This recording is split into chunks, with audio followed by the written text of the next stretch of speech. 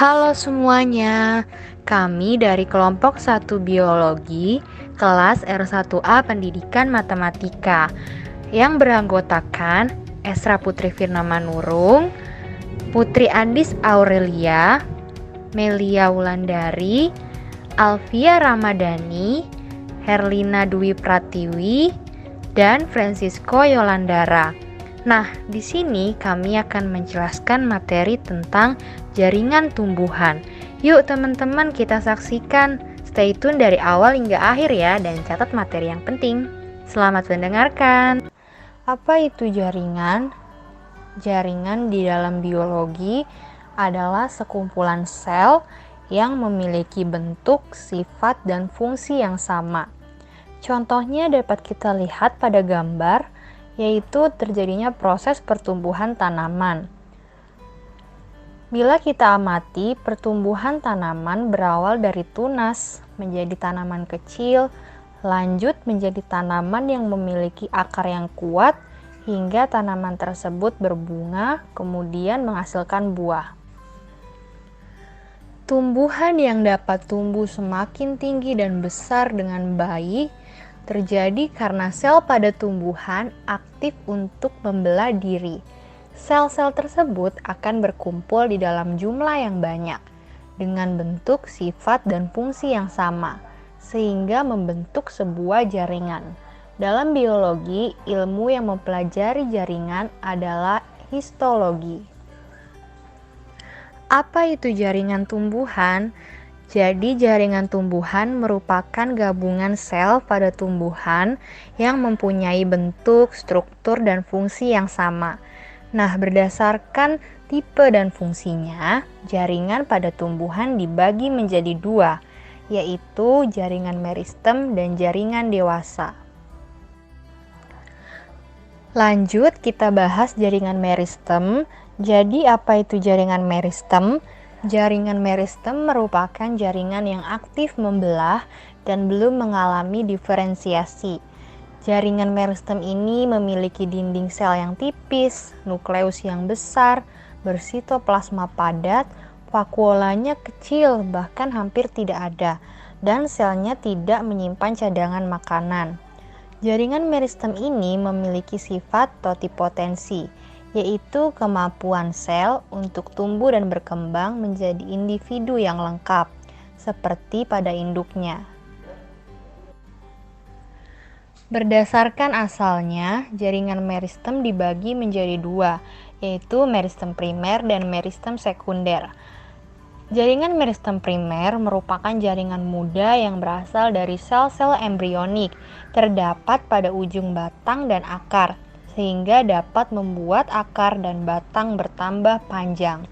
Kemudian, jaringan meristem sekunder merupakan jaringan dewasa yang berhenti tumbuh, tetapi menjadi embryonal kembali yang terdiri dari kambium yang terdapat pada akar dan batang, dan kambium gambus yang ada pada kulit batang, dapat menyebabkan tumbuhan bertambah besar dan lebar.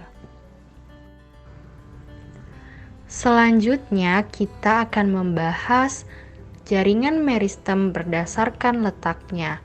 Jadi, jaringan meristem berdasarkan letaknya dibedakan menjadi tiga. Yang pertama adalah meristem apikal.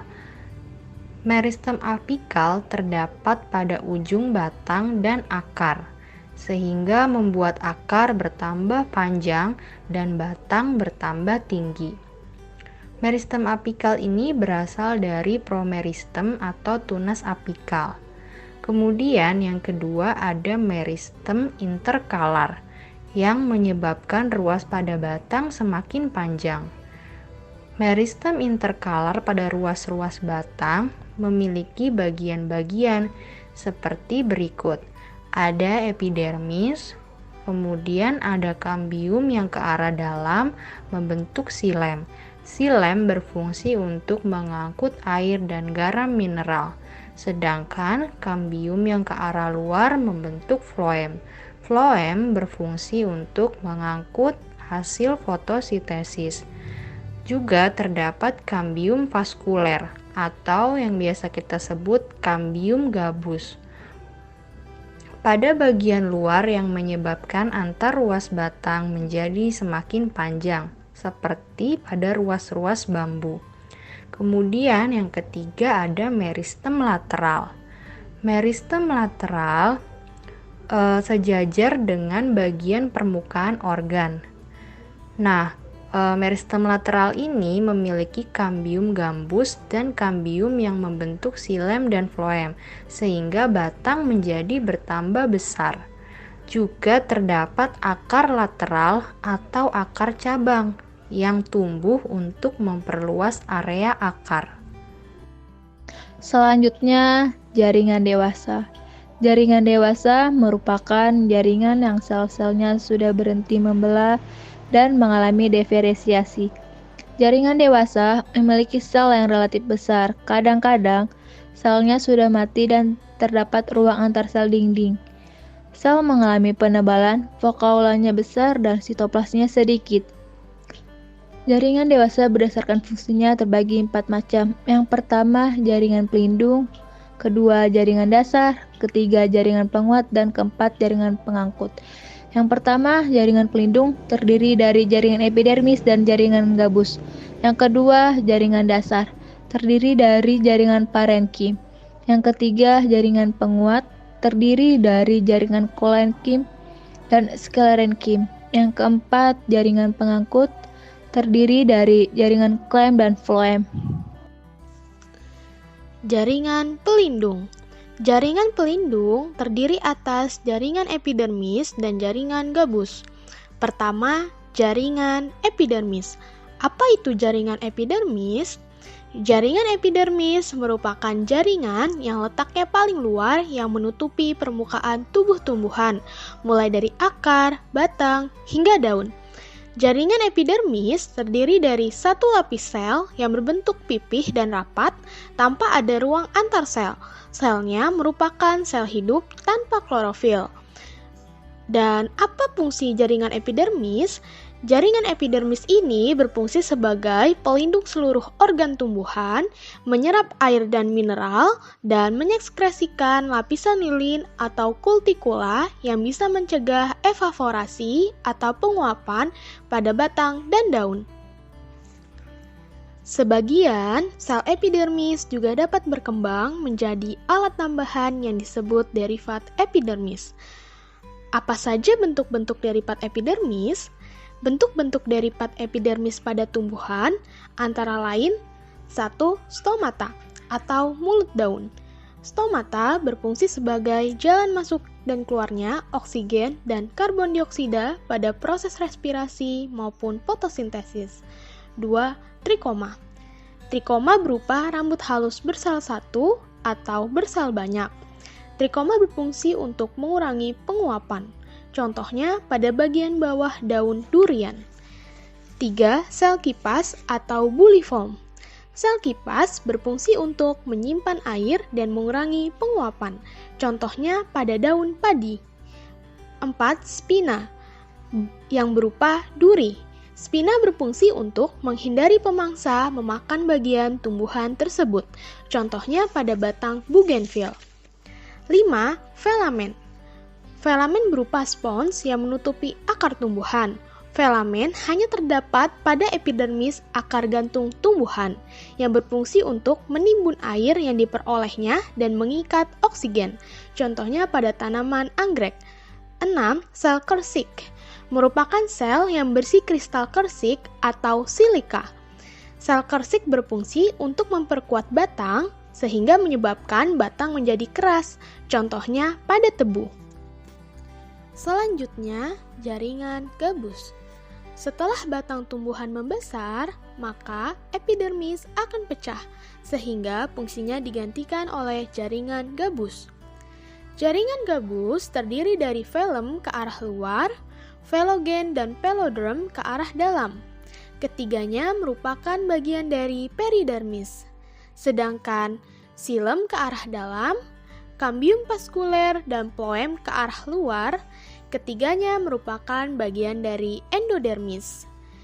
Jadi, apa fungsi jaringan gabus? Jaringan gabus berfungsi sebagai pelindung menggantikan epidermis yang sudah rusak atau menebal.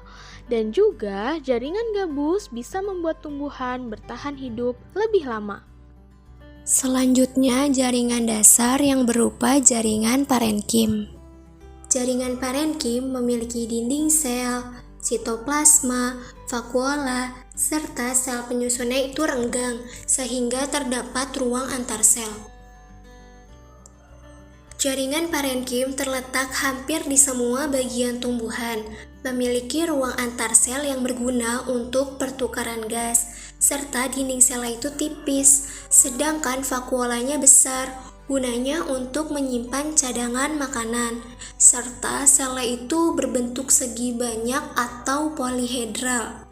Berdasarkan fungsinya, jaringan parenkim ini dibagi menjadi beberapa jenis jaringan, yaitu ada 6. Kita bisa lihat pada gambar. Yang pertama ada parenkim asimilasi atau klorenkim, berperan dalam melakukan fotosintesis sehingga hanya terdapat pada bagian tumbuhan berwarna hijau yang mengandung klorofil. Yang kedua ada parenkim udara atau aerenkim. Enzima ini terdapat pada alat pengapung tumbuhan hidrofit, contohnya seperti pada eceng gondok. Yang ketiga ada parenkim penimbun, gunanya sebagai tempat penyimpan cadangan makanan. Contohnya terdapat pada umbi, akar rimpang, biji, dan juga empulur batang. Yang keempat adalah parenkim penutup luka, yang merupakan regenerasi parenkim baru, biasanya itu disebut velogen atau jaringan gabus. Yang kelima ada parenkim pengangkut, yang terdapat pada xilem dan floem. Terakhir yang keenam ada parenkim air, gunanya untuk menyimpan air.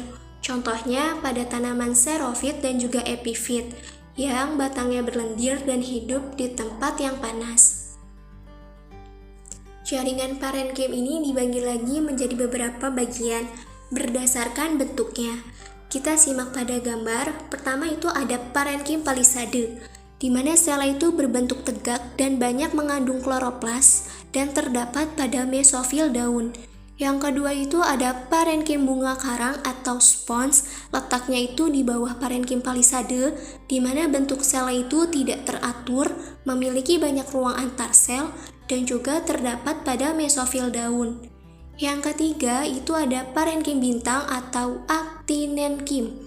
Dilihat bentuk sel itu seperti bintang yang akan saling menyambung, contohnya itu ada pada tangkai bunga kana sp. Yang terakhir yang keempat yaitu parenkim lipatan. Nah, dinding sel ini akan melipat ke arah dalam dan mengandung kloroplas. Contohnya itu ada pada mesofil daun pinus dan juga padi. Jaringan penguat merupakan jaringan yang menunjang bentuk tubuh tumbuhan. Selnya kuat dan tebal serta telah mengalami spesialisasi. Fungsi dari jaringan penguat antara lain, pertama, sebagai penegak dan penguat daun. Yang kedua, melindungi embrio biji. Yang ketiga, melindungi tumbuhan dari gangguan mekanis. Yang keempat, memperkuat jaringan aerenkim. Dan yang kelima, melindungi jaringan pengangkut. Berdasarkan bentuk dan sifatnya, jaringan pengangkut dibagi menjadi dua, yaitu jaringan kolenkim dan jaringan sklerenkim. Jaringan kolenkim. Jaringan kolenkim merupakan organ penguat pada organ tumbuhan yang masih aktif membelah.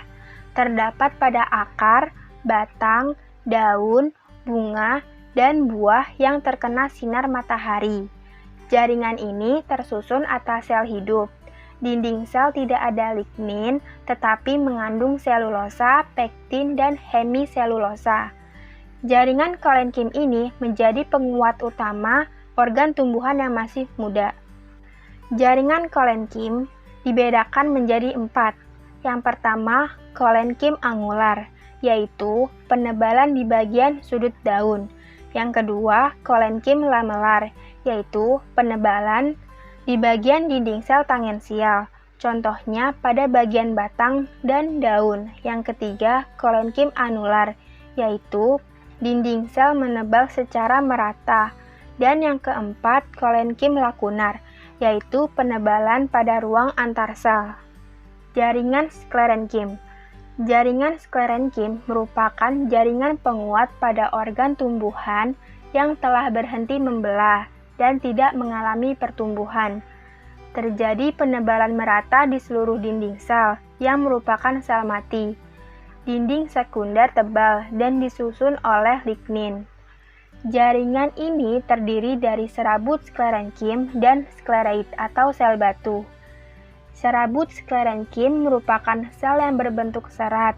Sklerait atau sel batu merupakan sel yang mati saat dewasa tetapi protoplasmanya tetap aktif. Jaringan pengangkut. Jaringan pengangkut bertugas untuk mengangkut zat-zat yang dibutuhkan oleh tumbuhan. Jaringan pengangkut dibagi menjadi dua bagian, yaitu xilem. Xilem berfungsi untuk mengangkut air dan garam-garam mineral terlarut dari akar ke daun. Sel tersusun atas sel yang sudah mati dengan dinding sekunder yang tebal dan tersusun atas lignin.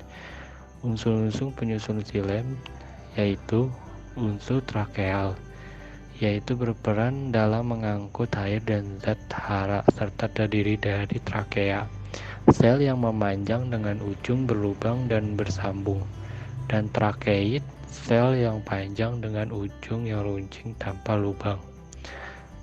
Yang kedua, serabut xilem, yaitu terdiri dari sel panjang dengan dinding sekunder yang berlignin dan terdiri atas serabut trakeit dan labriform.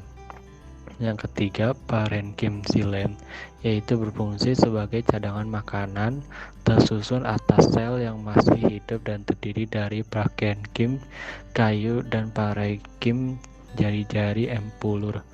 Yang keempat yaitu unsur pembuluh. Selanjutnya, folem. Folem berfungsi untuk mengangkut zat makanan dari hasil fotosintesis dari daun ke seluruh tubuh tumbuhan sebagai tempat penyimpanan zat organik dan penunjang pertumbuhan tumbuhan. Terdiri atas sel hidup dan sel mati, meliputi 1. Unsur-unsur gibral, sel tapis dan komponen pembuluh tapis, sel tapis, sel berikatan dengan sel tapis lainnya dan saling berlekatan antara dinding ujung sel di bawah dan di atasnya. Yang kedua, sel pengiring, deretan sel hidup yang berperan dalam transport zat makan dan tidak dijumpai pada Gymnospermae dan Petridophyta. Yang ketiga, sel albumin, terletak dekat sel tapis kaya akan zat albumin yang tersusun jari-jari empulur, hanya ditemukan pada Gymnospermae. Yang keempat, sel floem, berbentuk panjang dengan ujung sel saling berimpit dan dindingnya tebal. Fungsinya sebagai penguat floem sejak awal. Yang kelima, parenkim floem, selnya hidup memiliki dinding primer dengan lubang kecil berfungsi untuk menyimpan cadangan makanan. Oke, untuk pertanyaannya, berdasarkan letaknya, jaringan meristem dibedakan menjadi 3, yaitu meristem apikal, meristem interkalar, dan meristem lateral. Di manakah letak dan apa saja fungsi dari ketiga meristem tersebut? Oke teman-teman, berakhir sudah penjelasan hari ini mengenai materi jaringan tumbuhan. Terima kasih untuk teman-teman semua yang telah menonton video ini dari awal hingga akhir. Semoga pembelajaran pada hari ini dapat bermanfaat untuk kita semua ya. Tetap jaga kesehatan dan sampai jumpa.